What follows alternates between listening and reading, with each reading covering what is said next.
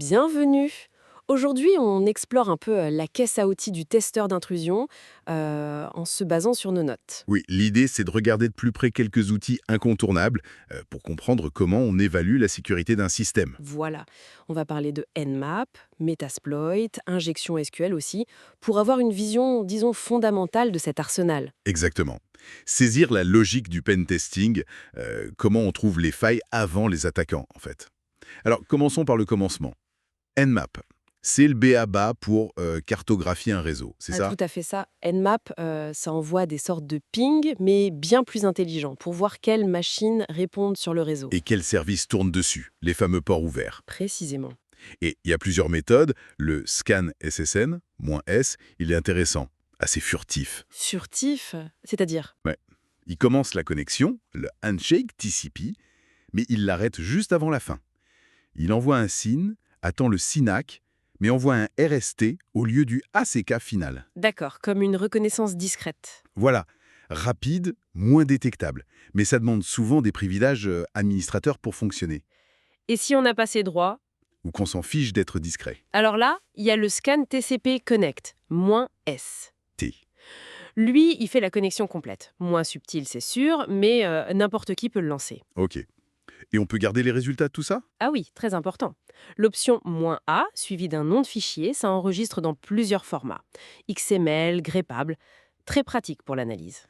Et on parlait de script Nmap comme Vulkan. Ça va plus loin que juste lister les ports. Oui, tout à fait. Vulkan, par exemple, va utiliser les infos de Nmap comme les versions des services détectés, genre la version d'Apache ou de SSH. Exactement. Et il compare ces versions avec des bases de données de vulnérabilité connues, les CVE, ExploitDB. Ah d'accord, donc ça donne une première idée des failles potentielles associées à ces services. C'est ça. Sans encore essayer d'exploiter, hein. Juste un premier niveau d'alerte basé sur les versions. Bon, Nmap nous donne la carte. Et pour essayer de rentrer, là on entend souvent parler de Metasploit. Ça sonne comme l'artillerie lourde. Metasploit Framework, c'est une plateforme très complète. Elle regroupe des milliers d'exploits, des modules auxiliaires, des payloads. Des payloads, c'est quoi? C'est le code qui va s'exécuter sur la cible une fois l'exploit réussi. Ça peut être un shell ou quelque chose de plus sophistiqué comme Meterpreter. Comment on s'en sert, en gros? On lance Metas Console. Puis on peut chercher un exploit avec Search. Par exemple, Search Eternal Blue. Ah, le fameux Eternal Blue. Oui, une fois trouvé, on fait Use chemin vers l'exploit. On regarde les options avec Show Options. Faut souvent définir la cible, le R-host. L'adresse IP de la victime, j'imagine. Voilà. Et puis, exploit ou run, et si ça marche. Pour Eternal Blue, ça ciblait une faille SMBv1 sur Windows et tenait souvent un accès système. Système, c'est l'accès administrateur ultime sur Windows. Exactement. Le contrôle total. Et c'est là que Meterpreter entre en jeu. C'est ce fameux payload avancé. Qu'est-ce qu'il permet de faire, ce Meterpreter? Pas beaucoup de choses. Télécharger, uploader des fichiers, exécuter des commandes, modifier le registre, prendre des captures d'écran.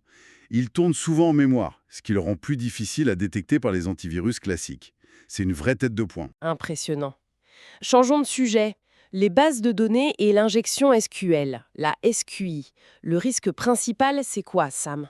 C'est de pouvoir lire, modifier, voire supprimer des données sensibles. Identifiants, mots de passe, numéros de carte bancaire, tout ce qui est stocké dans la base. Et il y a une variante aveugle, la blind SQI. C'est plus compliqué? Oui, aveugle parce que l'attaquant ne voit pas directement le résultat de ces requêtes SQL injectées. Le serveur répond juste par vrai ou faux, en quelque sorte. Comment ça, vrai ou faux? Par exemple, l'attaquant demande « Est-ce que le premier caractère du mot de passe admin est A ?» Si la page se charge normalement, c'est vrai. Si elle change ou donne une erreur, c'est faux. C'est long, mais ça permet de déduire l'info caractère par caractère. Fastidieux. J'imagine qu'il y a des outils pour ça. SQL Max, c'est mentionné? Une commande simple pour commencer avec SQL Map. Ben, SQL map, -u l'URL suspecte, DBS. Ça essaye juste de lister les noms des bases de données accessibles. C'est déjà un bon indicateur. Passons au web plus généralement. Burp Suite, c'est un incontournable sinon, pour voir ce qui circule. Oui, Burp Suite, c'est un proxy d'interception. Tout le trafic entre le navigateur et le serveur web passe par lui. On peut voir les requêtes HTTP, les réponses, les modifier à la volée. Et son module intruder, c'est pour automatiser des attaques. Exactement. Très utile pour le brute force sur les formulaires de connexion, par exemple. Tester des milliers de couples login-mot de passe. Ou pour chercher d'autres failles en variant des paramètres dans les requêtes. Dans ces requêtes, il y a des entêtes importants comme user agent ou host. Oui, host indique le site demandé. User agent, le type de navigateur. Il y a aussi content type pour les données envoyées, connection, plein d'infos utiles. Et pour un autre type de faille web, le XSS, il y a des outils dédiés comme XSS Sniper. Oui, XSS Sniper, c'est un outil qui va spécifiquement chercher les failles cross-site scripting dans une URL donnée.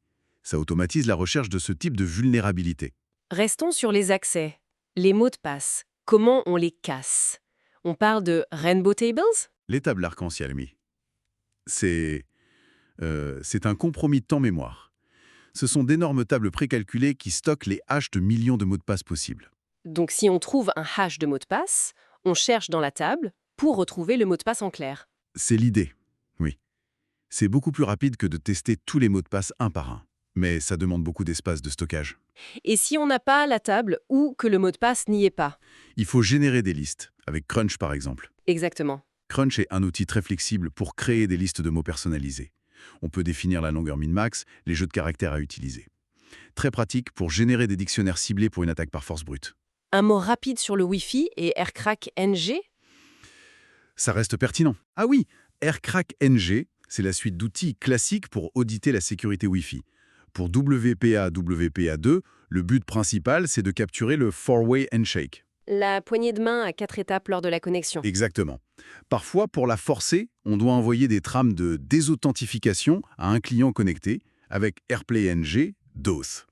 Ça le force à se reconnecter et hop, on capture le handshake. Et une fois qu'on a ce handshake, On utilise AirCrack NG avec le fichier de capture et une liste de mots www.mowordlist.txt pour essayer de trouver la clé par force brute. d'accord. Et juste pour finir, nrock, ça sert à quoi dans ce contexte? C'est un peu différent. nrock, c'est super utile. Ça permet d'exposer un service qui tourne sur ta machine locale, sur la machine du testeur, sur Internet, via un tunnel sécurisé. Pourquoi faire? Par exemple, si on a réussi à exécuter un shell inversé sur la cible, il faut que la cible puisse nous contacter.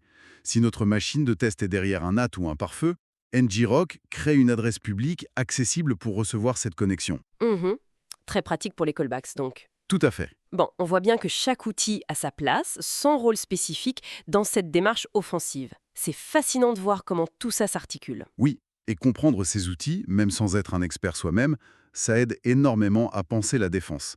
Savoir comment l'attaque fonctionne, c'est la première étape pour s'en protéger efficacement. Absolument. C'est une connaissance essentielle pour bâtir des défenses solides et anticipées. C'est ça.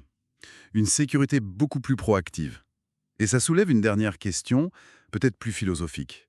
Au-delà de la technique pure, est-ce que le simple fait de connaître l'existence et le potentiel de ces outils d'attaque ne devrait pas changer fondamentalement notre approche de la sécurité au quotidien? Que ce soit dans nos usages personnels ou dans la façon dont on conçoit de nouveaux systèmes.